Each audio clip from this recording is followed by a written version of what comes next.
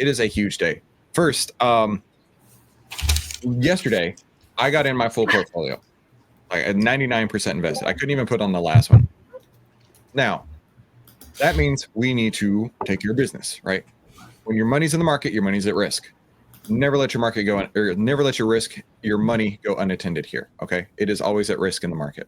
Second, this is the biggest lesson we're going to have probably in the entirety of the class. It involves also 3 videos that go along with the lesson, and we need to make trades. So we have way too much to do here in OVTLYR University. So you don't have to click the button now.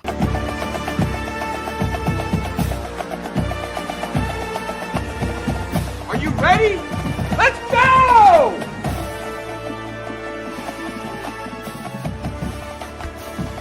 Respect is earned. Respect is never given. That is right. Welcome to OVTLYR University. I'm going to teach you everything that I know about trading. Now listen, you guys here in class, you're going to be changing your lives and all future generations from this point forward. Joe knows. And Wow, Chris. Wow. Yeah, told you. I told you. Joe, didn't I tell you trading's meant to be effortless? Didn't I tell you that?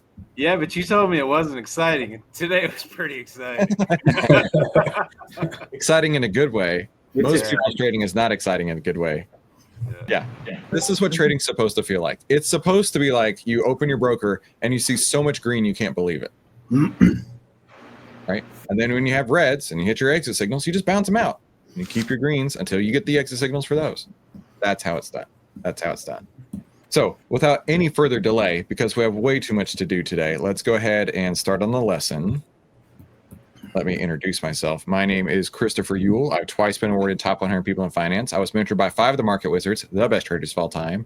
I've been successfully trading since 2009, and this is where outliers like us save time, make money, and start winning with less risk together as a team. So go ahead and subscribe if you haven't already. And we're getting into lesson 11 today, advanced options trading concepts. And I'm telling you, it is going to be ultra advanced today. Very, very, very advanced today. So be sure you have pen and paper. JC's camera popped up, but he's not there. Hopefully his camera didn't activate. I'm here. Oh, he's here. Okay. Good to see you, JC. Nice to see you JC, guys. today is going to be the biggest lesson we've ever had ever. Great.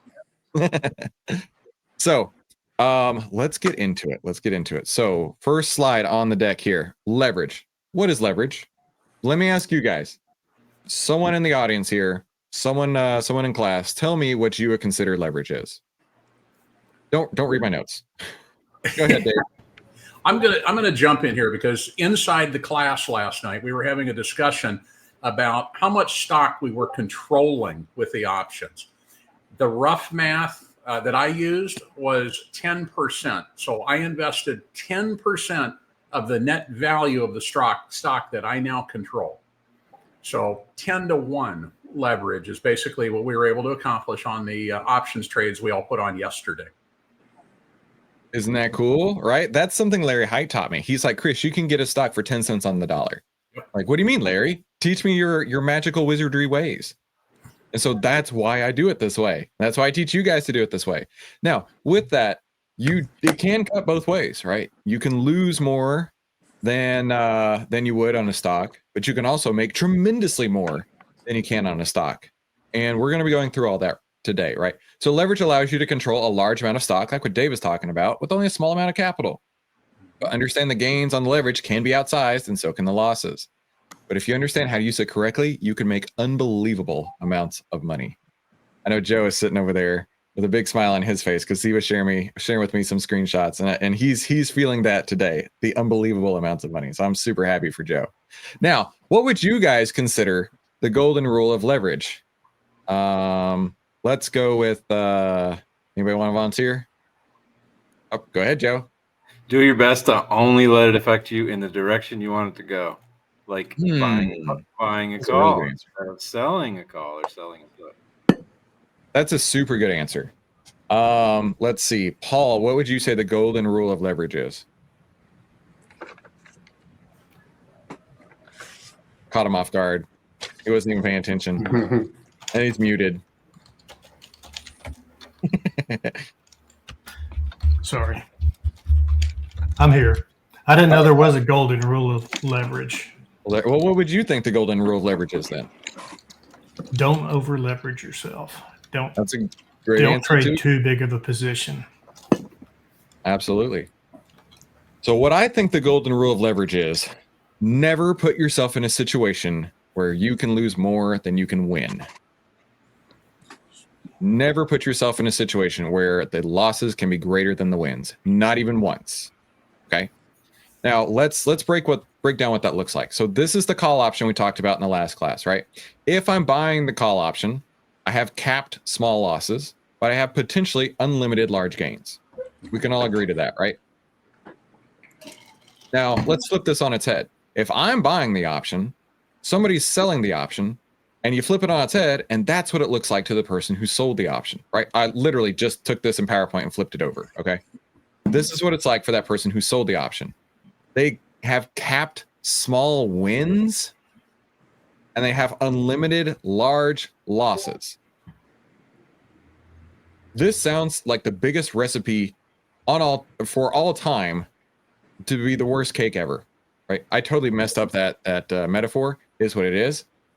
Worst possible outcome ever are the outcomes that happen here, right? And I mentioned this before. For me, I lost over $200,000. Let me repeat that. This was not chump change. Over $200,000 thinking I was a genius by selling options. With an 84% win rate, thinking I was a genius selling options. And I lost money hand over fist year over year, thinking I was a genius in the process, okay? Because my losses were 6, 8, 10, 12 times as big as my wins. You will never mathematically ever come out ahead if your losses are 6, 8, 10, 12 times the size of your wins. It's never going to happen. So that is why we need to make sure we always follow the golden rule with leverage, which is never put yourself in a position to lose more than you can win ever. Now, I promised you guys some videos here. We all love to watch videos on this channel here. First one is about OptionsSellers.com. Is anybody here familiar with OptionsSellers.com? This is a juicy one. This one is so brutal. Like, you don't realize how brutal this is about to get. Okay. Let's go to this video here. I found 3 different videos to try and explain what happened in a couple different things, but let's watch this one first. I kind of skipped forward to the part where I wanted to start. Let me change the speed of it as well. Okay. This is kind of how it's structured. And people who are selling options. Okay, well, clearly my speed didn't change. I don't know about you, but my ADHD is so bad and out of control, I can't watch anything at one time speed. Okay, back to this.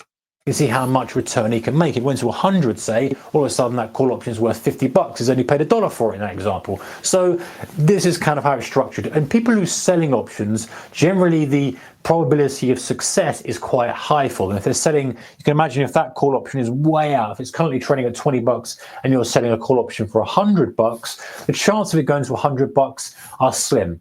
In which case the call option value will be low, but the probability of hitting it will be quite low too. So you can use it, some people call it for income, because they can sell call options, and it looks like you're creating income. Of course, there's a time when potentially that price does get there, something comes out of the blue and you're stung for a large, nasty loss, but people don't think about that very often. And this guy certainly didn't, because he was selling call options, like I said, I believe, on natural gas, way out of the money call options. He was managing money for clients. So OptionsSellers.com was managing money. They had their own little investment fund, and they were selling naked call options. Naked meaning there's no cap.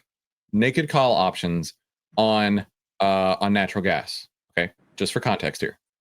And so I believe he had 300 odd accounts under management, about 150 million. All of a sudden, natural gas did this. Here's the chart, guys.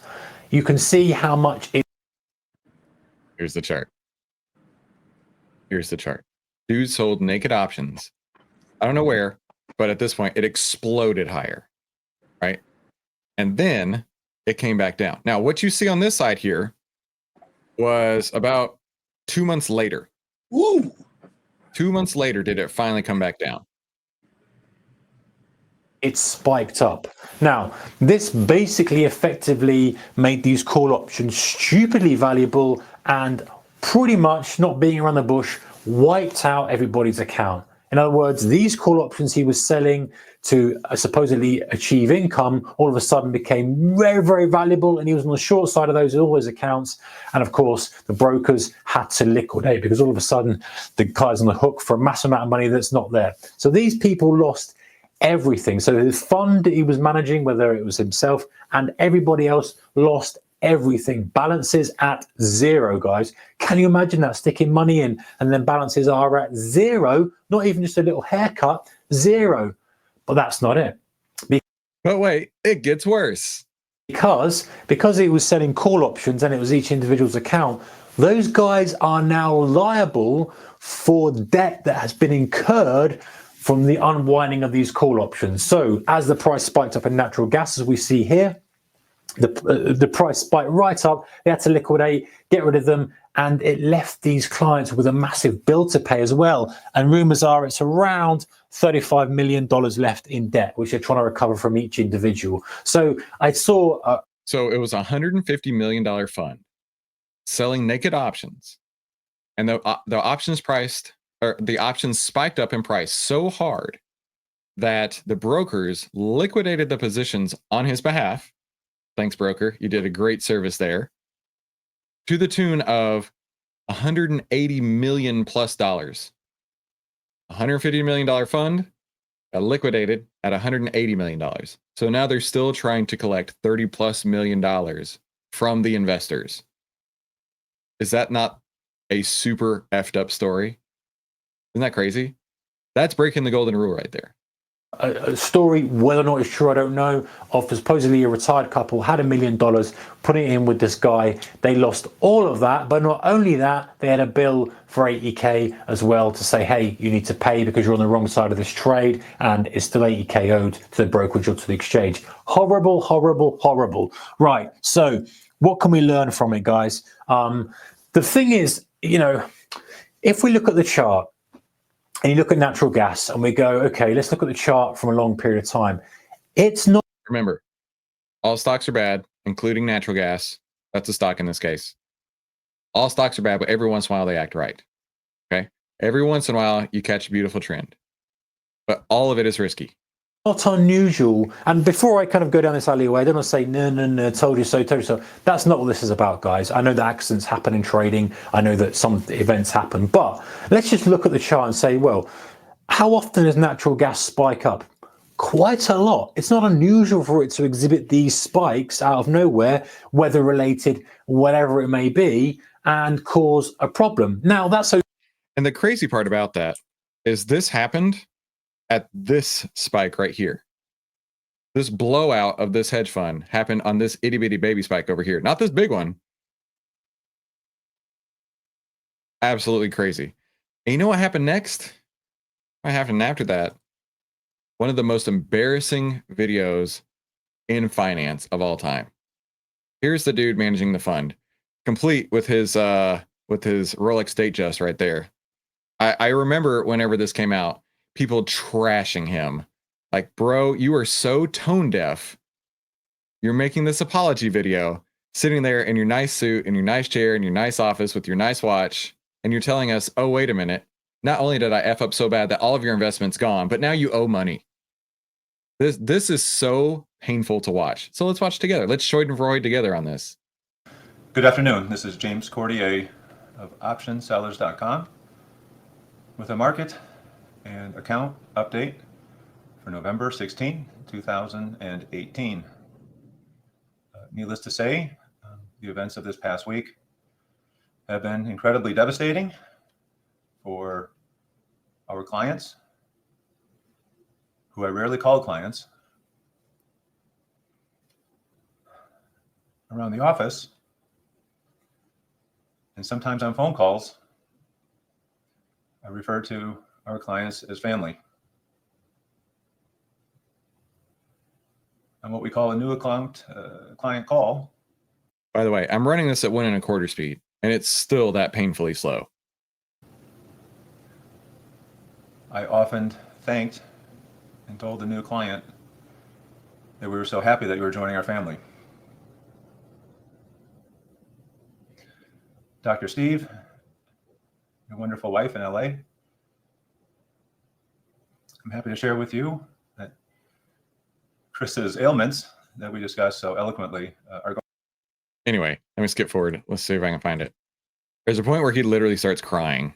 Like that's how bad it was. He realized just how bad he effed up so hard. He lost all of his money, all of his clients' money, and now they all owe money on top of that as well. It's brutal. It's so painful. I don't want to go through that. No way. I don't want to go through that, right? But that would never happen to you guys, right? Right? That would never happen to you. You guys are way smarter than that, right? Am I right? You guys are way smarter than this bozo. Yeah. Yeah, of course, right? But are you a Nobel Prize winner? Huh? You want to hear a story about how Nobel Prize winners even effed up so hard like that? Well, don't worry. I got one covered for you. This is a book which I haven't read yet, called When Genius Failed, the story of long-term capital management. And I actually going to pick that up and listen to it here in the next week or so. I'm very excited. I'm a nerd on finance history. And I didn't know that this book existed, so I'm very excited about it. But this is a book summary of long-term capital management called When Genius Failed. What if I told you that some of the world's brightest financial minds, Nobel Prize winners, even, created a system so powerful, so calculated, that it almost guaranteed success, until it didn't? Picture this: a hedge fund so influential, its fall nearly brought down the global financial system. This is the story of When Genius Failed, Roger Lowenstein's captivating account of long-term capital management, a hedge fund that flew too close to the sun. It's a gripping tale of brilliance, arrogance, and ultimately, failure. A cautionary tale for anyone who believes the markets are predictable. In today's video, we'll dive deep into Lowenstein's masterpiece, breaking down each chapter to uncover how hubris, overconfidence, and blind faith in mathematical models led to one of the greatest financial collapses of our time. But first, don't forget to subscribe, like, and share this video. Bro, don't forget to subscribe, like, and share this video. What are you guys waiting on? Do it already. If you enjoy engaging summaries of timeless books. Let's get started. Setting the stage. The genius behind LTCM. Long-term capital management, LTCM, was no ordinary hedge fund. Founded in 1994 by John Meriwether, a legendary Wall Street bond trader, LTCM assembled a dream team of financial minds. Among them were Myron Scholes and Robert Merton, Nobel laureates celebrated for their groundbreaking work in finance. They two, not one, but two Nobel Prize winners in this hedge fund. Like, they touted themselves as the smartest people in the world. Okay. believed they had cracked the code of the financial markets with mathematical models that could calculate risks and predict returns with astonishing accuracy. Lowenstein opens the book by painting a picture of unshakable confidence. LTCM wasn't just any hedge fund. It was an institution built on the belief that genius could conquer chaos. Armed with their models, they believed that the market was rational, that risk could be contained, and that they were untouchable. But as we'll soon learn, no model can account for the unpredictable nature of human behavior or the complexities of global financial systems. Chapter 1. The Birth of an Empire. The first chapter takes us back to the early 1990s, when John Meriwether left Salomon. Hang on, I want to skip forward just a little bit here. Golden years. Arrogance takes hold. Let's skip to chapter 3. As LTCM grew, so did its founders' arrogance. By the late 1990s, they were managing over $100 billion in borrowed capital, and their confidence was unshakable. They believed their models were infallible, and they dismissed critics who warned of potential risks. Lowenstein reveals how this overconfidence led to a dangerous feedback loop. The more they succeeded, the more they doubled down on risky strategies. This chapter also highlights a critical turning point. LTCM began taking on riskier bets, moving beyond their original strategy. They expanded into equity markets and emerging markets, areas far outside their expertise. Hubris had blinded them to the limits of their own knowledge. Chapter 4. The Beginning of the End. By 1998, the tides began to turn. In this chapter, Lowenstein masterfully builds tension as we watch the financial environment grow increasingly unstable. The Russian financial crisis was the first domino to fall. When Russia defaulted on its debt, global markets spiraled into chaos. Suddenly, LTCM's models, which relied on the assumption that markets would behave rationally, stopped working. Lowenstein details how LTCM's bets backfired spectacularly. Their highly leveraged positions, which once amplified gains, now amplified losses. The team, once seen as untouchable, was suddenly scrambling to survive. Chapter 5. The crisis unfolds. As the crisis deepened, LTCM's losses mounted. By the summer of 1998, the fund had lost nearly 50% of its capital. Lowenstein recounts how the firm's leadership remained in denial, clinging to their models and refusing to admit the scale of their failure. The irony, as Lowenstein points out, is that LTCM strategies were supposed to minimize risk, but in reality, they had concentrated it to catastrophic levels. This chapter is particularly gripping as Lowenstein describes the domino effect of LTCM's collapse. The firm's interconnectedness with major banks and financial institutions posed a systemic risk. If LTCM failed, the entire global financial system could unravel. Chapter 6. The mathematical model. Let's go to the lessons learned in here real quick. Could predict and control markets was fundamentally flawed. This chapter feels like a wake-up call, not just for Wall Street, but for anyone who underestimates the complexity of financial systems. Lowenstein warns that the same forces that led to LTCM's downfall, overconfidence, greed, and a blind faith in technology, remain pervasive in the financial world. Closing reflections. The story of LTCM is a modern-day tragedy, a cautionary tale of hubris and the dangers of overestimating our own intelligence. Roger Lowenstein's When Genius Failed is more than just a book about finance. It's a deeply human story about the limits of knowledge and the unpredictability of life. So yeah, summary of that is long-term capital management thought they were so smart they couldn't fail, that they had figured out the market always behaves rationally, of course, and then all you got to do is just let it behave rationally and then collect your money, right? So both OptionsSellers.com and long-term capital management did something similar. They took the small gains and let the big losers work against them, right? And that's what we're going back to is the golden rule. You've got to make sure you can never lose more than you can win. And hopefully you lose a very small percentage of what you actually can win, right? That's how the math works in this game. So wanted to take a moment to watch those videos, right? And always remember that golden rule. Never put yourself in a position where you can lose more than you can win, ever. And options are the greatest trading vehicle of all time. So speaking of, we need to pause. We need to do some trading. And I need you guys to tell me, I need you to tell me what we need to do. Right? At this point, you've learned enough where I feel really confident that you can tell me what we need to do. So who's leading the charge over here? Let's go, Joe. You tell me. We need to roll MS. Whatever MS is, we got to get rid of it and bump it up. Morgan Stanley, I guess. Let's double check a couple of them real quick. So every day I put out what my plan is for the day. Now, since we have 7 positions on, I wanted to take a time. I wanted to put out a pretty decent post in Discord about what I'm going to do. So you should have an idea of what we're looking at today. But do I need to do anything on Celsius? I mean, it's just the top of my list. That's why I wanted to ask. Do I need to do anything on Celsius? No? No. Sit and hold. What about, do I need to do anything on SMTC? Nope. Not yet. Not yet. What about on Frog? I got to do anything on the Frog? No. How about PayPal? Nope. Not yet. Not yet. Okay, cool. So let's go to Morgan Stanley. That's what a great do I do example over here? That PayPal one is a great example of why you trade at the end of the day, because you would have been stopped out with that tail. That's a perfect, man. I'm glad you brought that up, right? A lot of people, especially in our Discord, I feel like the people in our Discord, I love you guys. I'm so glad you're here, but y'all some like nervous people. Y'all nervous AF. Like if it ticks against you one penny, you're like, oh my God, it's crashing. I've seen so many of those posts, and it's like, bros, if you got a plan, just follow your plan.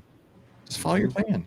And so, yeah, to that point, right? I only trade at the end of the day. this is a good example why I only trade at the end of the day. I also don't put any sort of stops in the market because this is a great example of why you don't put stops in the market, right? So let's go back to Morgan Stanley. What do I got to do to this, guys? No, it's not close enough. Nothing. I don't know. You tell me. You don't think that's close enough? Well, it didn't specifically cross. I don't think that one or Celsius is ready to roll, but Well, Celsius sure isn't. No. I mean, let's get really remove just that one. Okay. If I'm looking at Morgan Stanley, it's like it's I was pennies. saying in my note on here. Where did I say it? I'll look to roll if it continues around 140. I would Around. consider 139.69 about 140. You don't have to be specifically right on the penny on that spot where you're going to roll. You're just trying to make sure that it's done something, right? Compare Morgan Stanley's candle to PayPal's candle. That hasn't done anything yet, right? We don't have a real reason to roll this, where Morgan Stanley really has done quite a lot. Done a lot of movement here. In fact, it's up how much today? About 1.4%. Doesn't sound like a whole lot, but it's moved up close enough to that 1 ATR. We could look to roll it. Now, where in the wide world of sports do I need to roll that from, fellas? You tell me. We were looking at 135 strike price Okay. because there's a lot of open interest, but we're back at, well, it's moved down even more to 67 delta. Okay. Is So- that too much? Currently in the 130. When I look to roll, I just look around like, okay, where can I get filled? First off, where can I get filled is the question. There's the outlier effect, as usual, right? 8,000 contracts there. The next closest one is 3,000. So the 135 makes sense. We could roll Come from on. there to there. Oh, I just locked up. So the 134 has less extrinsic than the 135. So I was going back and forth on that. When I calculated it, the 134 was 28% extrinsic, and the Mhm. 135 was 35% extrinsic. Okay. The 35 really would be an elimination for me. But let's do the math right now, right? Both of those have at least 250 open interest. Now, if we go over here to the extrinsic value on the 134, that's $2.38. And then we divide that by the ask price, which is $8.10. That's 29% extrinsic value. And if we go on to the 135, that's 267 divided by 740. That's 36%. Yeah, for sure I would not take that one. Could we roll from the 130 to 134? Yeah, we could. It'd be a little expensive. So honestly, I think I would skip that one. I would skip that one. And reason being is that I'm giving it a little bit of grace on this side, but then I'm also going to give it a little bit of grace on this side. It's like, how much room am I willing to give in my strategy, right?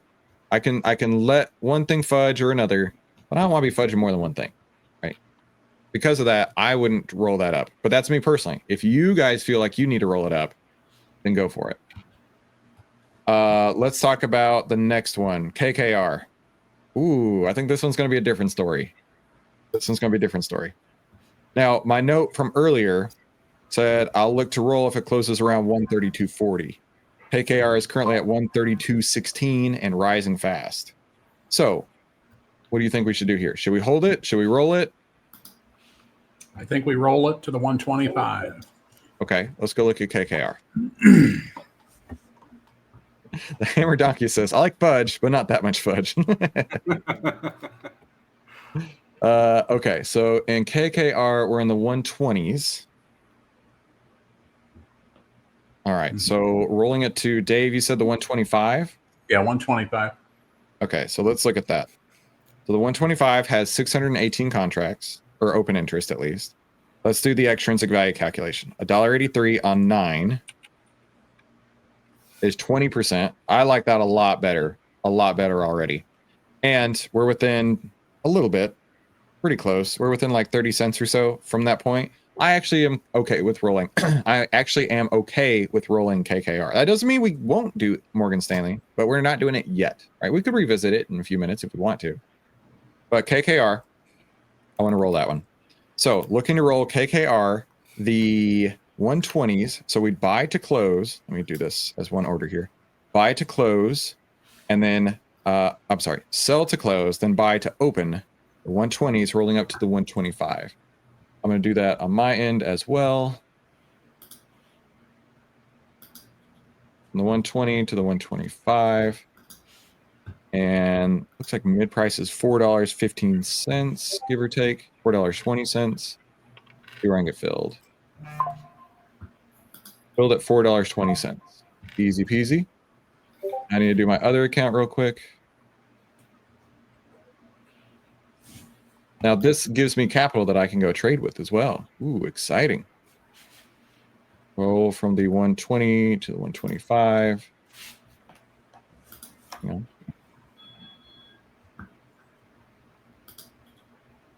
All right, see if I can get filled again at 420. Filled again at 420. Okay, so I've now rolled the 120 up to the 125, and I did it for a credit of $4.20. Let me come over here in the Discord. I'll put out that alert real quick.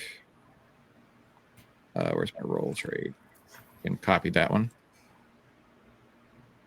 And I need to reply to the original on KKR. And today is the 26th. Rolled that, KKR. 120 up to the 125 for $4.80. Currently trading 132.04. Now, that gives me capital that I can work with. Now, I actually, oh, I forgot to tag everybody. Now, actually, I need to see if I can put on another trade. Everyone. Cool.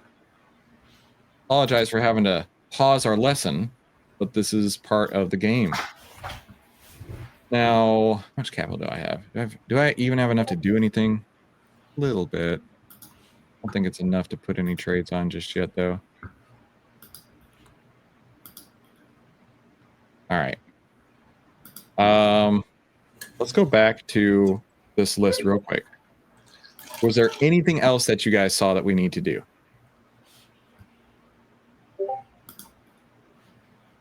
Nothing. Nothing? Okay. Let's double check on Morgan Stanley. Let's run the 5-minute chart real quick, see if anything's changing. It's actually not moving in the direction we want to see to roll it, so I'm not even going to stress on it. Okay, I don't think I have enough for my position size in a new trade. So I did put out here that I will look to buy SMCI or ANET or Deutsche Bank. So let's go look at SMCI first, the 42 calls. SMCI, July 18th, 42 calls, around $8.15. How many would I need to trade? And how much cash do I have? No, I'd only be able to put on half of my size. Let me go to the next one. SMCI or ANET. Now here's the thing. I could put it on. Absolutely could. But if I don't have my right position size, then it's not going to be worth it to me. That make sense? ANET 95 calls. All right. ANET 95 calls July 18th. How many do I need to get of those? Maybe. Do some math over here real quick.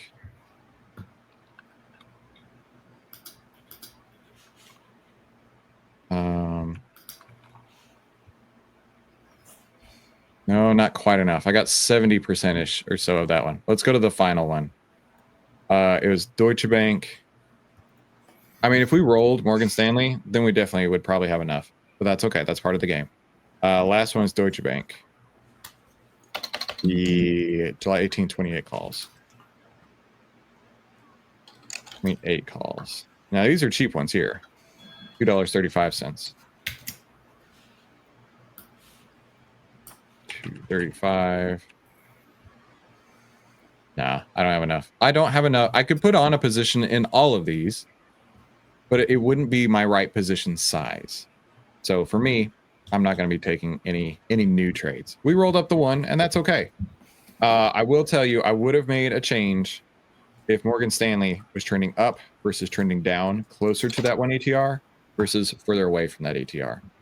Y'all follow what I'm saying here? Okay. So with that out of the way, we're done trading for the day. That's the only thing we had to do. So I appreciate you guys. You're doing great. I'm excited to do this alongside you. Now, let's get back to our lesson. Options are the greatest trading vehicle of all time. Why options? Why options? Okay. So this is Capital One. This is a screenshot I took earlier. How's Capital One looking? How's Capital One looking? Just curious. Looking great, right? Nothing to do. And on days like today, there was a Market Wizards quote. I forget who I heard it from. He said, the money is made in the sitting. Money's made in the sitting, right? When you see something like this and it doesn't have a reason to get out, doesn't have a reason to roll, the money is made in the sitting, okay? So looking at Capital One, nothing to do here. It was 210.49 at the moment. When I took the screenshot earlier, it was 210.71. Just for context here, we paid $15 per share for the 195 contract yesterday. When we put this on yesterday, it was $15, okay? That was when it was trading at 207.84. Now for context, when I took this screenshot, it was at 17.70 and the stock was at $210.71. The option gained 18% while the stock gained 1.3%. Huge difference here. That's the leverage we're talking about. The stock is up 1%. The options we bought are up 18%. Pretty cool, right? That's a great reason why you'd want to trade options. But what are the Greeks? How many of you have heard of the Greeks with options? Just in general, you've heard of the option Greeks. Okay, everybody's heard of the option Greeks.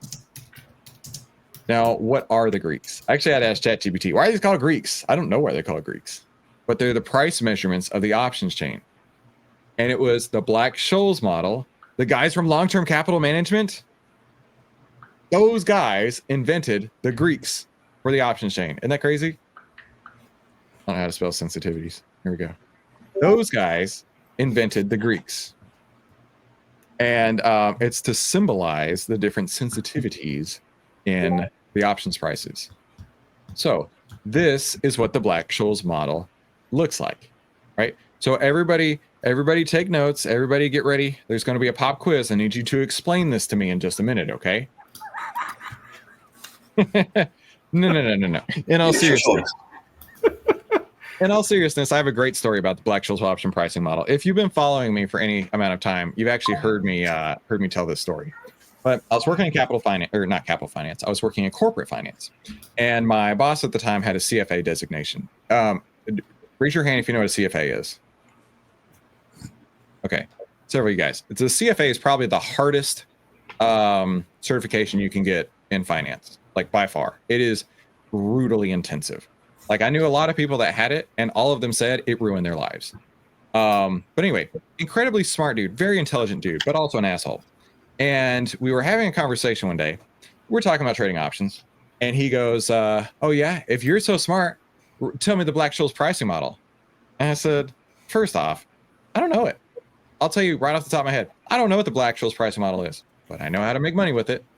I don't want you to ever have to worry. I don't want you to lose one wink of sleep at night, because I can't do that. And yet I've made tons of money in the market," and that shut him down pretty hard. Right? It's one thing to be academic. It's another thing to put it into practice. Right? It's like a football player going on the football field and saying, "Explain to me how that ball spins, Mr. Quarterback, you." And Tom Brady's like, I don't know how it spins, but it sure spins really far into the end zone when I throw those touchdowns. Same thing here. You don't have to know the ins and outs of it, but you do need to know how to use it. Sounds crazy, but it just might work. So yeah, I don't know the formula, but I know how to make money using it. And you're going to learn that too. I promise you that. Now, here are the Greeks. There's probably more of them. They don't matter. These are the only ones that I really care about or I've heard of, and half of them I don't care about at all anyway. So there's Delta, Gamma, Theta, Vega, and Rho. Okay? Now, Delta is the change in price of the option for every $1 change in the underlying stock price. And it also can be used to approximate the probability it will be in the money at expiration. This is the one I look at all the time. This is the only one that I really care about. And you guys have heard me talk about it endlessly. We talked about it just a few minutes ago.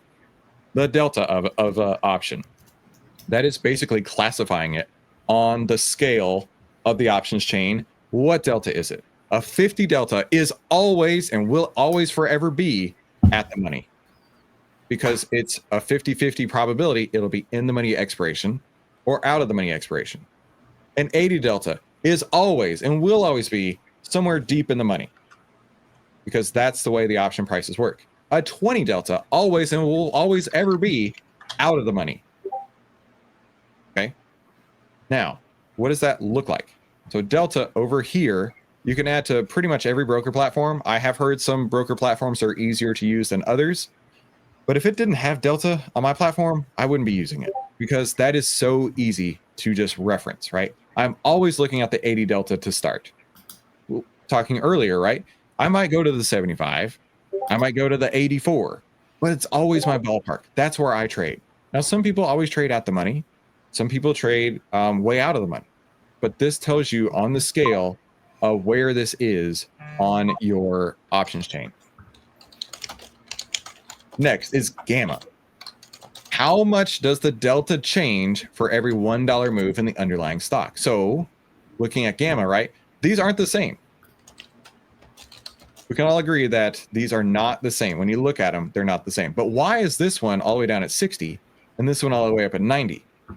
Well, it's been growing, and that gamma is how much it grows for every change in the dollar price of the stock. Okay, so here's an example that I like to use. Delta is how fast you're driving down the road. All right, let's say you're driving at 80 miles an hour on I-30 headed east. Okay, that is your speed. That is your delta. Gamma is how hard are you mashing the gas pedal to go from 80 to 85. How quickly are you going from 80 to 85? Are you just lightly tapping the gas pedal, or are you pushing that thing all the way to the floor? On my Tesla, it's still called the gas pedal. Just putting that out there. Okay. It's always called the gas pedal. Now, on Theta, right? Theta is a different Greek, and this is measuring our time decay. Our time decay. This is the uncertainty premium that we have to pay to buy the option. Okay. We can't avoid it. There is more uncertainty on an option that's 6 months out in the future than there is on an option that's 6 days in the future.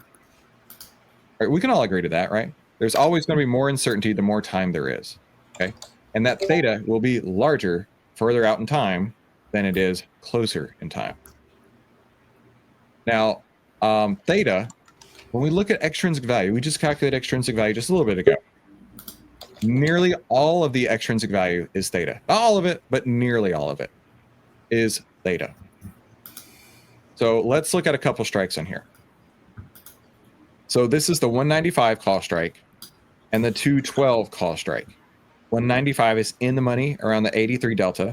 The 212 is out of the money at the 46 delta. Okay.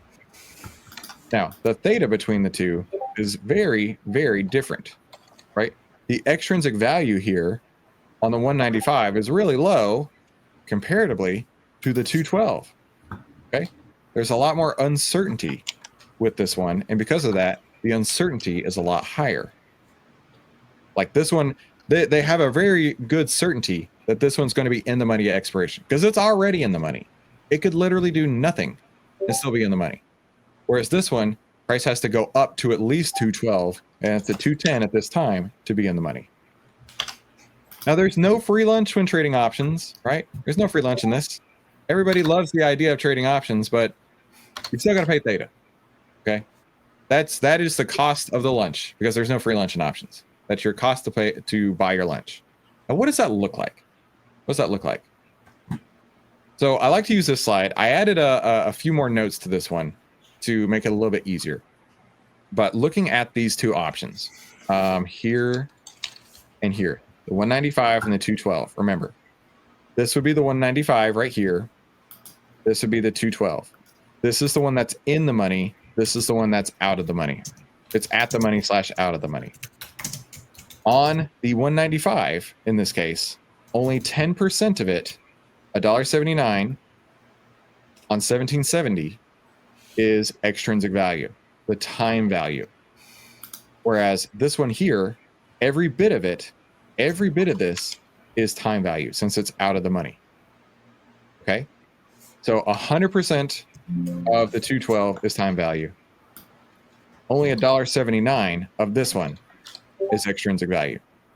So how much is it going to decay? Because every day that goes by, the extrinsic value must always go to zero. I told you that before. The extrinsic value must go to zero on every stock, every option, every expiration, every time, no matter what.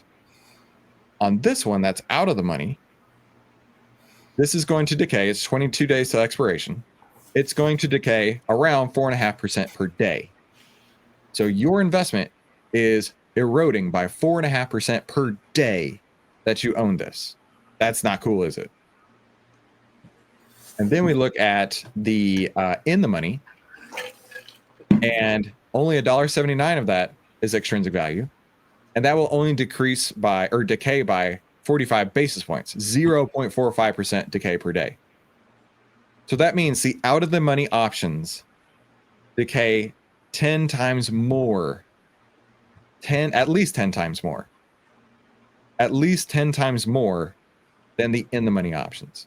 Now that's a pretty advanced concept, but this is what I'm trying to get across here is that this is a lotto ticket when you buy out of the money, whereas this is a leveraged investment. Both of them will have theta decay. One of them, it will be negligible. You won't even notice it. One of them, you're going to feel it real fast, real quick, and it's going to be really hard. You guys have any questions on that topic? I know that's a deep topic there. Yeah, there's a lot to unpack there, isn't it? For sure. And that's why I said this is going to be the biggest lesson ever. Yeah, JC. All right. So basically, you're paying for a reduced unknown, for a reduced gamble. So if you're in the money already, you have less chance of it going south. If you're in for the bargain, if you're in for the cheap for the cheap ticket, then the bargain on the other side, the risk on the other side is you're going to be taking a nosedive if things don't go your way. Dude, that's a great way to describe it. You totally nailed it. Okay, cool. Totally Cool. nailed it.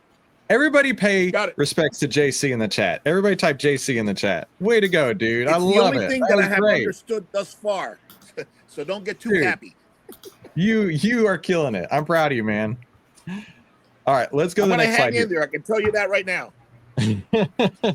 Well, Quick to your question. point, JC, right? This one costs more, right? The one that I'm buying costs more because it's more valuable, right?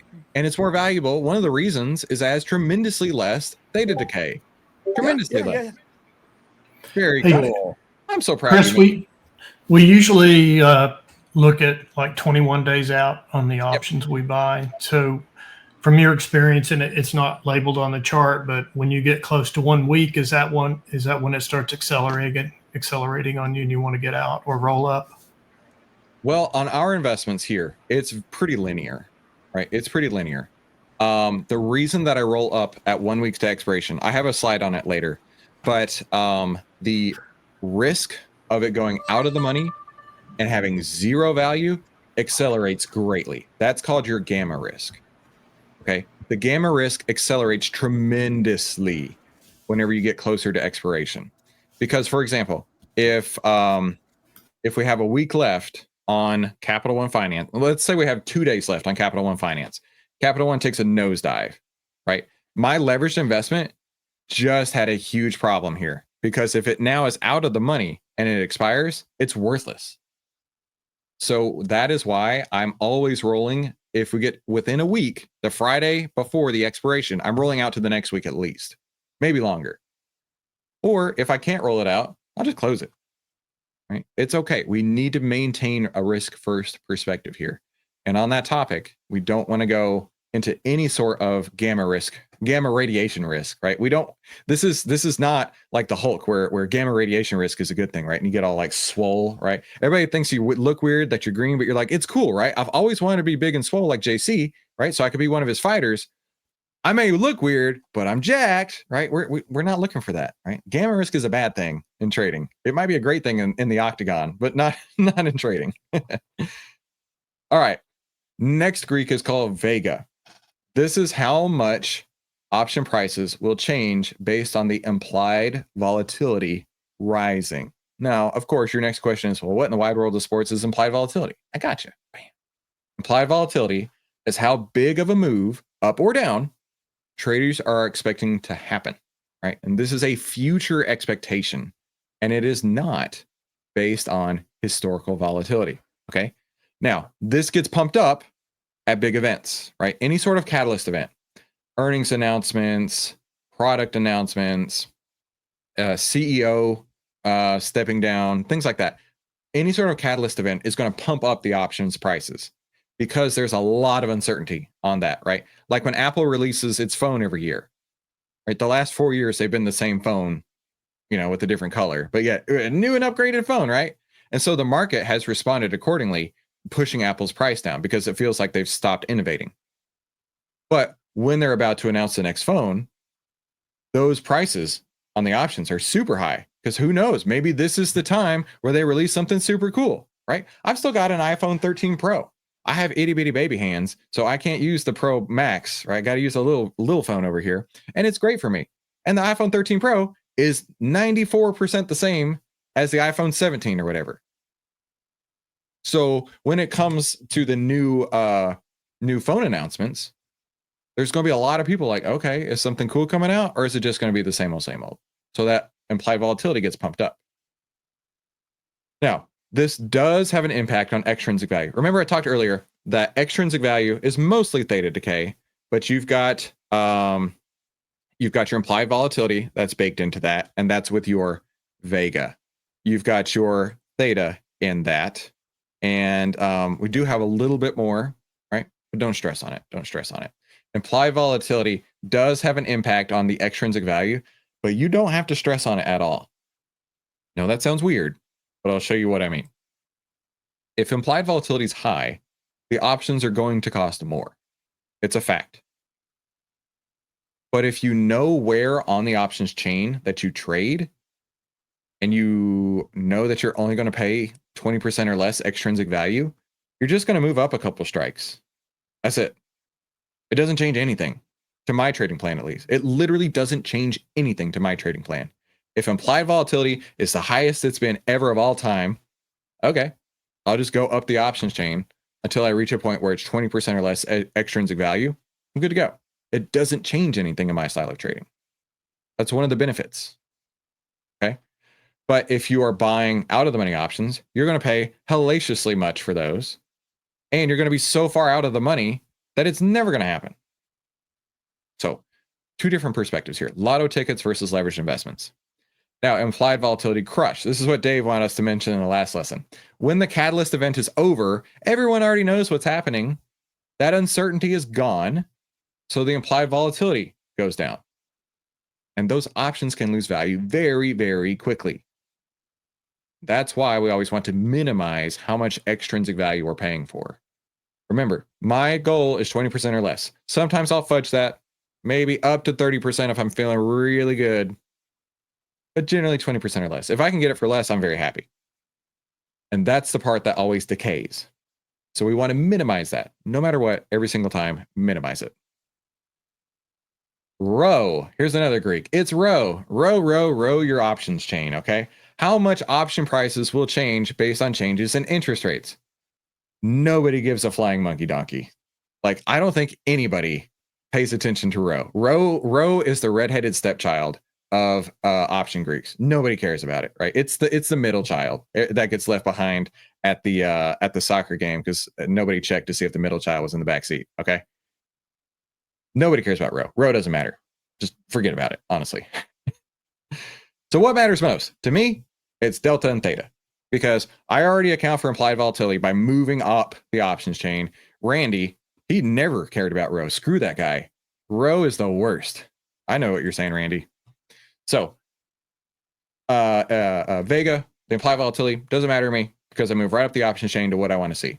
What matters most is delta and theta. Delta, remember, is the change in price of the option for every $1 change in the underlying price. And theta is the time value. We want to maximize delta and minimize theta. At the end of the day, boiling it all the way down, maximize delta, minimizing theta. And we do that by picking the right option strike. So what option strike do we pick, right? You've heard me talk about the 80 delta, give or take. You've heard me talk about extrinsic value. Andrew's like, what in the wide world of sports does 20% extrinsic value even mean? I got you, Andrew. You're in the right place. Do me a favor, Andrew. Tell everybody you know. So whenever I get to my slide for picking my my option that I go with, this is my slide, straight out of my trading plan. Forget about this. Forget about this. We're only going to focus on this, the option chain liquidity. It's not just liquidity, right? It's not just liquidity. It's actually putting us in the right spot on the options chain. I always start at 21 days to expiration. Why 21 days? Because most of my trades are 1 to 2 weeks. I give them enough time to work. Right? If I'm buying a 0 DTE option, a 0 day till expiration option, it has no time to work. It's either Lambos or food stamps. I don't play that game. No way.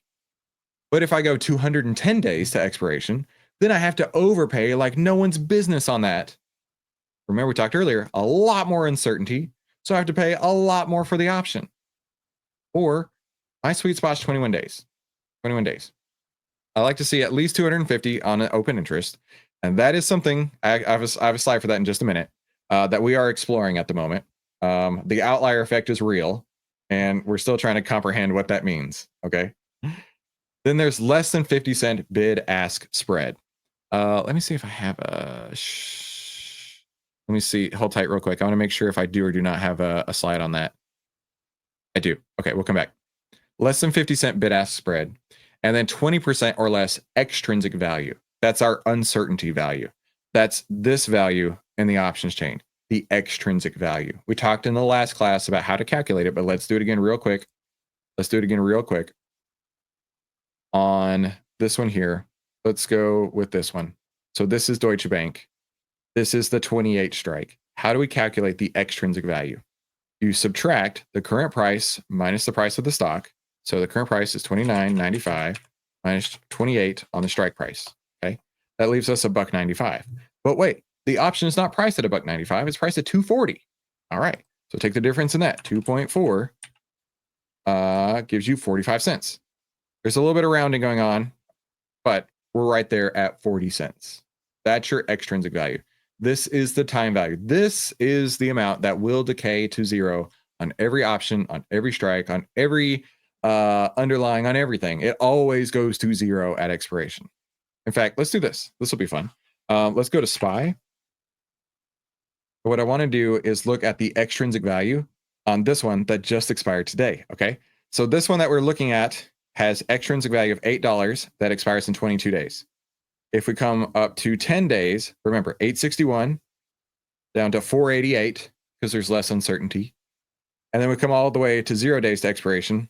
There's no extrinsic value. Don't worry about those negatives. It's like in Wizard of Oz. Don't worry about the man behind the curtain. Okay. Those are supposed to be zeros. There's no extrinsic value left. You go out 1 day, there is some extrinsic value here. You go to today, there's no extrinsic value. So 20% or less extrinsic value. This is why I say Vega and implied volatility, they don't matter. They don't matter. All I have to do is just go further up the options chain to find one that has my percent of extrinsic value, extrinsic divided by the ask price, and then that's what I get. I'll have to go up further if there's higher implied volatility, but it's fine. Like I'll still go up further. Not a big deal. It's not going to kick me out. Usually around the 80 delta is where I go. Now, here's the deal. You can trade any option you want, or you can decide you don't want to trade options at all. That's up to you, right? And the choices are nearly limitless whenever it comes to which option you want to take. So just pick what works best for you and your style of trading, right? I'm going to give you everything that I do, but even though I worked with 5 of the market wizards, I don't do every single thing that any of them do. I do some of the things that some of them do and some of the things they don't do. So pick what works best for you. Now, liquidity. We're learning right now that the market can absorb pretty much anything we want, right? My rule of thumb had always been go 4 to 6x how many number of contracts you need. So generally my rule of thumb is around 250 or greater. But thanks to Dave being as eagle-eyed and brilliant as he is, and handsome, what I found is that the market can basically absorb everything we want. Thousands and thousands of contracts that all the outliers are trading along with us are getting put into the market without an issue. I'm really excited about that.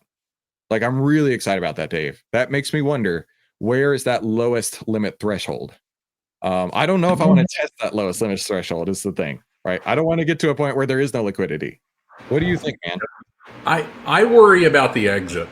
Yeah. I'm not worried about the entry. I think we can get a clean entry, most days. The exit worries me a little bit from that point of view, because I do see that the bid-ask spreads get a lot wider. We saw that on several of them today. That's where I have my worry. Again, not worried about getting in, but getting out is where it really matters. Yeah, for sure. Big Dino says, I feel bad for option sellers. Me too. But there are plenty of scammers on YouTube who will tell you how amazing it is to sell options, and they got me. Mm-hmm. I mean, they honestly did. And there's this one guy who I'd seen him before in a different niche, talking about entrepreneurship and things like that, back as I'm building businesses. And now that same dude is now selling, this is how you make money selling options. And I'm like, oh shit, he has no idea. This is not his lane. And he's going to get blown up. And he's going to take a lot of people with him because he's a great salesman. And it's going to be brutal. So it's going to be like OptionsSellers.com all over again. That scares me. And, I hope it scares you guys here in the class, and also everybody in the chat. The way that you can make sure that doesn't happen to you or someone you love is by telling more people. Option selling is a scary game. Don't do it. It breaks the golden rule of leverage. What's up, Joe? So a few weeks ago when we were trading, I was trying to figure out during the day what may be the appropriate pick in terms of the expiration date and strike, right? And you actually picked one at a closer expiration date. Instead of 21, 22, whatever it was, you went down to 16-ish or something. And I couldn't figure out why you did that. So I'm asking, did you do that because the extrinsic was higher out at 21 and lower in at 16 or whatever it was? That's a great question. I failed to address that. So let's go to like Morgan Stanley, since we're in that right now. So I would start here at the 21 days to expiration. And then my eye goes over to how much open interest do I see? Here, no problem. That's us right there, the 8,500. Easy peasy. But let's say it's all like 20, 10, 16, 34. There's no liquidity. I'll go one sooner. I'll say, okay, not really all that much liquidity here either. I mean, this one's okay. And then I'll look over and I'll calculate my extrinsic on my my price. And so if we went for this one, $1.38 on 620. And if that doesn't work for me and I can't find anything else, then I'll go one opposite. So starting up 21 days, going one sooner, then going one later, and I'll look there for liquidity. Like this one, I would just avoid. And then once I get to a strike where I can see, okay, I've got liquidity to get in, hopefully enough liquidity to get out, that's when I start pricing the extrinsic value. For sure. For sure. Okay, thanks. JC's out. See you, bro. All right. So we're nearly done here. Let's push through. Let's bring it home. But make sure that whatever one you pick has a tight bid-ask spread. The tighter, the better. So I wanted to pull this example because it's really interesting. It has very wide and very tight, right? Here is 30 cents. Here is 40 cents. Here is 50 cents. Here is 30 cents. Here's 50 cents. Here's 50 cents. Here's $1. Here's 60 cents. Here's $1.40, $1.20. Here is 80 cents. Here's basically $2 plus, right? All in the same options chain, okay? All in the same place. You've got liquidity spread all over the place. When I look to put on a trade, always remember, you can get in here and get out here. You're going to get filled at those prices. But the difference between the two is how much the market maker is taking home. Mikey Mike, the market maker, is over here stealing everybody's money from the time they buy it to the time they sell it. Okay? So Mikey Mike, the market maker, is doing his job by providing liquidity And that's where he's going to get paid, is on that spread. So we want to pay Mikey Mike, the market maker, as little as we possibly can. So speaking of Mikey Mike, the market maker, I need to say something to you, Mikey Mike. I really appreciate you. All right. I really appreciate you. Someone's in Mikey trouble Mike with sent teaching. something in the mail yesterday. I had a chance to start looking at it, and I want you to know that was super heartfelt. I let my wife check it out as well. That was really cool of you. I don't want to bring a lot of attention to it, but you are awesome, dude. I really appreciate that. That's cool of you. I appreciate it. So going over to Skew. Sounds like we're putting hashtag Mike in the chat. Isn't that what I heard? Hashtag Mikey Mike. I like that. Hashtag Mike in the chat. Hashtag Mike. Typing in hashtag Mikey Mike, the market maker, is far too much to type. So we'll just put in hashtag Mike. MMTMM. Okay. Hashtag Mikey Mark, the market maker. MMTMM. Sorry. All right. So back to this. We're almost done, I promise. We're talking about Skew. You may have heard of that before, but fear is asymmetrical in options. The same delta call versus the same delta put, they're going to have different prices. So let's see what that looks like here. A 32 delta call, out of the money here, 32 delta call costs $2.80. A 32 delta put costs $3.10. See if I can make this bigger. The 32 delta call cost $2.80. The 32 delta put cost $3.10. Okay. And then a lot of that is people's portfolio insurance, or they're hedging. I'm telling you right now, if you think you're a genius by hedging, it's just a huge waste of money. Hedging is buying something that goes up in value as your main investment goes down.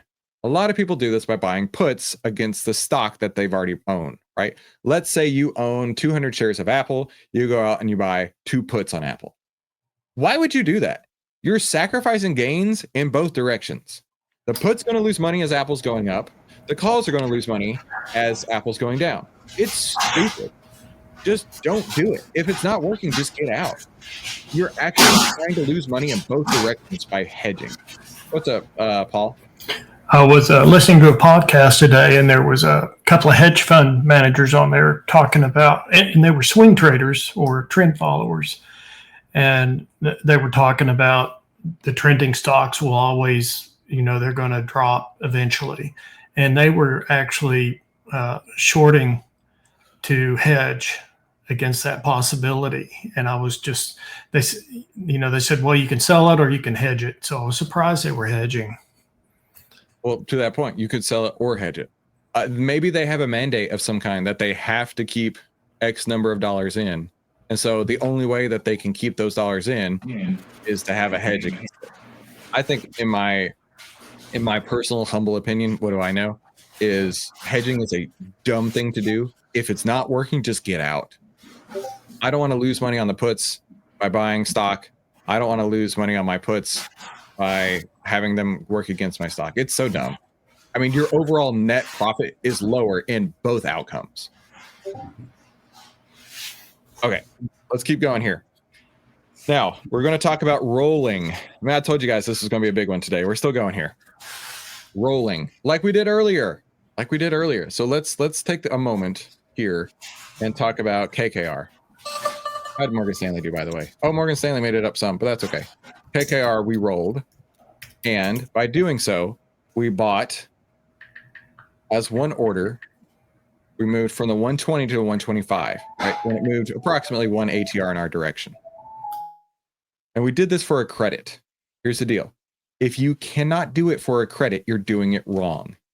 If you put your trade in and it says 20 cents in debit, you've done something wrong. Stop what you're doing, clear the order, and start over. Kind of like what Paul, did you get your order that you wanted earlier before we started? Which one was that? Morgan Stanley or KKR? I ended up getting the... And earlier, it was coming through as 2 different orders and you weren't sure. Yeah, I was able to cancel both legs with one click. Okay, good. Yeah. Yeah, and that's the deal, is that you want to do this as one trade, right? There are people who may, because of broker reasons, have to close one and then open the other. That's not going to help you. Oh, Joe. Okay. Yeah, when you so do that, I've got to remember what I paid for it, and then notice what I'm gonna pay for it, and then, you're also losing money on the slippage too, man. Because when you roll, you probably can hit right in that mid spot, but because you're having to sell one and then buy back the other, you're giving Mikey Mike the market maker all the monies.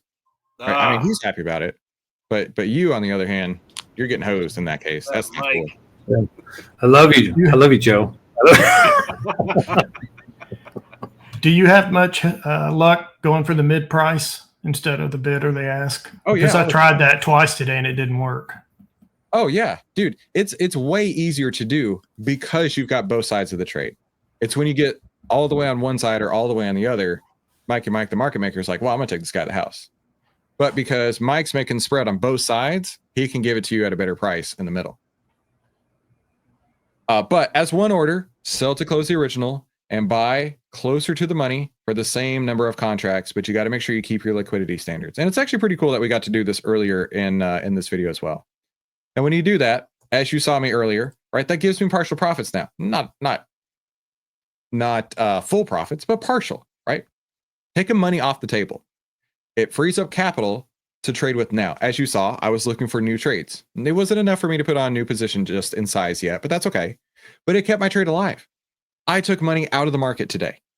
That's my money. Nobody can take that money from me from now on. I can put it in my bank account. I can withdraw it. I can do whatever I want with it. And that trade's still going. How cool is that? How cool is that? I kept the trade on, yet I took partial profits off. And then after you do that, be sure you raise up your half ATR exit to the new point, right? So let's go to that real quick. KKR. In fact, let me draw my little lines on here. Bullish ATR levels. There we go. And so my half ATR now needs to be up here. And then I'll put MS hit the 1 ATR right at close. Very cool. Yeah. Let me put on here rolled. So just like that, right? Now my stop out point, I move from down here to, in theory, have locked in gains. Right now, of course, it can gap down, it can push through that, everything can happen like that. But in theory, if I got out right here, I've just guaranteed gains on this. Pretty sweet, right? Okay, let's keep going. Next is rolling out. It's the same thing as rolling up, but instead of going from the 120 to 125, you'd be looking to go from maybe the 120 to 120 on your current one. Let's say if it's 21 days on the first one, going out to maybe 28 days, maybe 35 days, something like that. You're looking to go out because you need more time for it to work. But usually if you're rolling on the same strike, you're not going to be able to do it for a credit. But if you roll up and out, you should be good to go. You should still be able to find, you won't have as much credit as you would rolling in the same expiration. But if you roll up and out, there should be enough credit to still push a credit through. It might be really small. It might just be a nickel. But anytime you do it for a debit, you are you're taking an additional risk. Anytime you do it for a credit, you're taking money off the table. You're taking risk off the table. You're making less risk in the trade. It's the best thing to do. So rolling up and rolling out.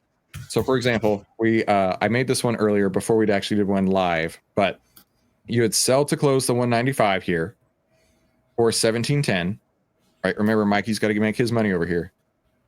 And I buy the 202.50 or 1140, and that gives you a credit of $5.40 to move up from the 195 to the 202.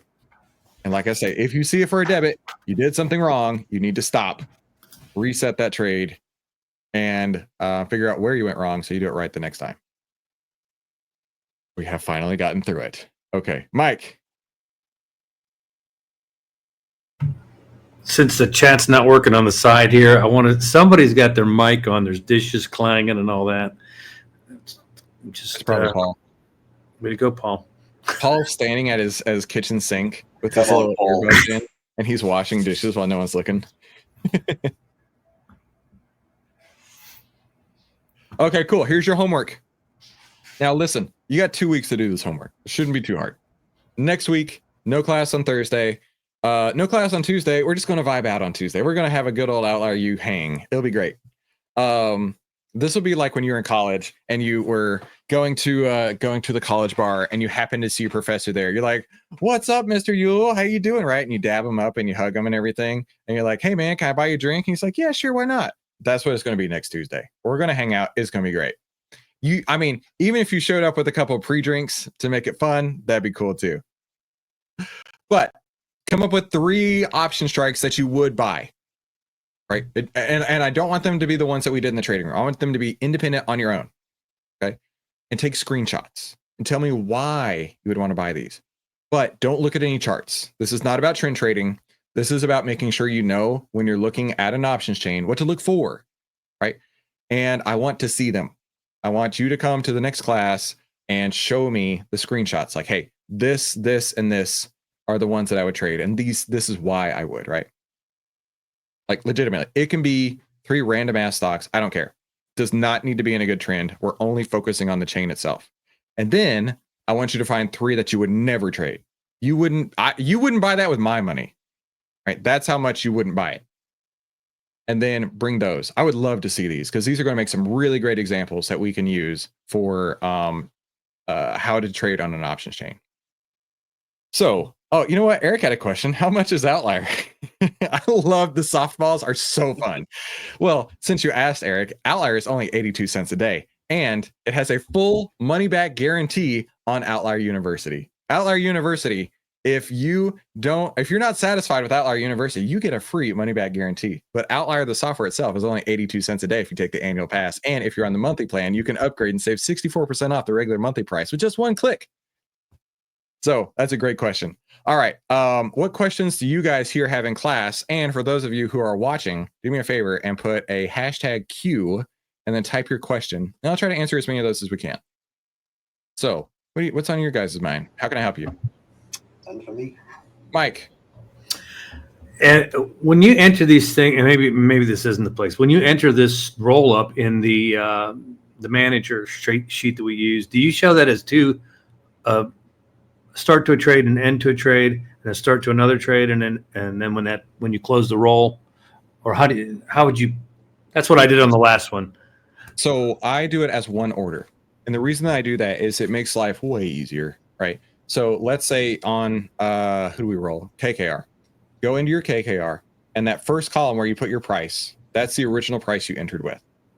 In the second column. I'm sorry. I mean, after you've done the roll, the sheet that we record all our moves in, the one you created, I think. Yeah. Okay. Yeah. So you're going to stay on that one line. You're going to stay on the one KKR line. You're going to go over into the column where you put in your closing price. Go ahead and put your roll in right there. Go ahead and put it in now. And it's going to look tiny compared to what it is, right? Then add the value of the option you currently own. So if you rolled it for 420, I think? Yeah. Yeah, we rolled it for 420. And then KKR, so 125. So KKR. Hold on. So you'd put 420 as the credit that you just took in. And then the 125, you would then add on top of that. So then you would say 420 plus 980 or 950 or whatever you want to put it at. That would be the current ending price of it. Now, of course, we're not closing it today, but that's going to keep your ROI in check. That's going to actually show you your total ROI on the trade as it continues to grow. Okay. All right. Awesome. Yeah. And then whenever it does all of your metrics and stuff, it'll just record it as one winning trade versus 2 winning trades or 1 winning trade and 1 losing trade, because it is 1 winning trade overall at that point. Does that make sense? Yeah. Okay. Awesome. You're awesome, Mike. Jeez, give me a break. Amy had a question. I know the market is closed, but what would you have done with Twilio? I didn't own Twilio. I wouldn't have rolled it. Let's take a look at Twilio. That was one I was looking at yesterday. I remember. I don't remember why I didn't get it. Let's see. So Twilio right here. I mean, right now it's currently sitting at 121.43. The automatic projection of the ATRs is put on there already. So that would be my stop out point. It's 119.67. I assume maybe you got in here and it's up to this point. I mean, Twilio's ATR is pretty huge. It's $3.48. $3.48. So it's nowhere close to rolling at this point. I mean, I imagine if you got in yesterday at the close, it'd still have to go up $5 to reach that point from today. Or even if it went up $3.48, it'd still need to go up further to roll it to about 123. Then let's look at the Twilio options chain, TWLO. This is the July 18th. I mean, it's got tons of liquidity here at the 110. It's got tons of liquidity at the 115. So I mean, if you really felt like a deep compassion to roll it, you could take it maybe 395 in credit, give or take. But I don't have Twilio, so I don't have any horse in that race. Joe's has a question. Thank you for all you do, Chris. That is the weirdest question I've ever heard. Almost sounded like a statement. You're welcome, Joe. Mr. Dave, not that Dave, sorry, he wasn't talking about you. If the return is good, what's the detriment to rolling up earlier than 1 ATR aside from commissions? So that's a great question, right? And that's what we're talking about earlier today. It's really it's a guideline. It tells us where something has happened enough to justify that, right? And so when we were looking at the two trades of PayPal, where nothing's happened, we don't really have a reason to roll at this point. Versus, let me take these off. Versus KKR, where something definitely happened at this point already. So that gives us a reason to roll. And then Morgan Stanley, almost there, not quite. Then you could look at another one like the Frog over here, right? I'm definitely not rolling that one because I'm not profitable on this. And the roll here, it's an offensive move because you can take money out and now go trade something else, but it's also a defensive move because it takes risk off the table. It is such a win-win situation. I love it. It's so cool.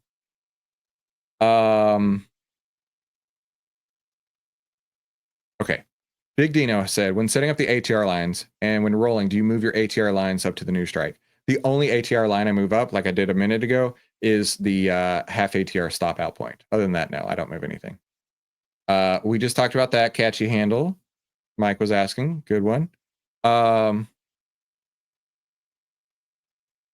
Steven was replying to someone, I think. Chris closes if the price closes below his stop loss. Exactly.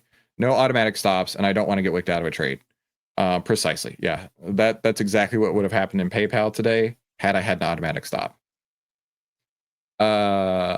Steve, will you do a YouTube short on the position or the portfolio spreadsheet? Probably. At some point I will. I'm sure of that. One thing that we're doing, if you go over to my channel and go to shorts, I've tried to make a short for every step of the trading strategy to help you out with that, right? And like I have to be really concise when I only have 60 seconds. Now you just said you don't increase it'd be the 2 ATR once you've rolled. You don't increase the 2 ATR because you still want to use that as a trigger to roll again. Yeah, great point, Joe, for sure.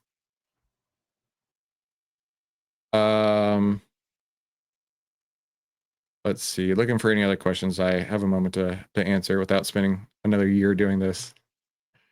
Let's see. Okay. Byron Jesus or Byron Jesus. Byron Jesus, I'm glad you're here. Byron Jesus, you as well. Do you have to keep the strike when rolling? Well, you're rolling off of one strike and onto a different one. So you're definitely not keeping the strike. And if you're going out in the future, it's super unlikely that you could keep the same strike going out in time. And because of that, you're probably gonna have to roll up as well as out.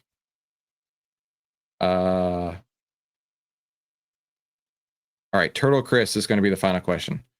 Only because you did equal sign, and I appreciate that. Why would you not consider the spread as a percentage rather than an absolute 50 cents? I don't know, just rule of thumb. Just rule of thumb, right? I mean, listen, I would much rather not have to pay Mikey Mike anything. Screw that guy. I don't want him taking my money all day, every day. But what a good thing he's muted. I'm sure he's cursing me to death right now. But I don't want to pay him anything. I feel like he's about to retort. A tapestry of obscenities. Very elegant obscenities in that case.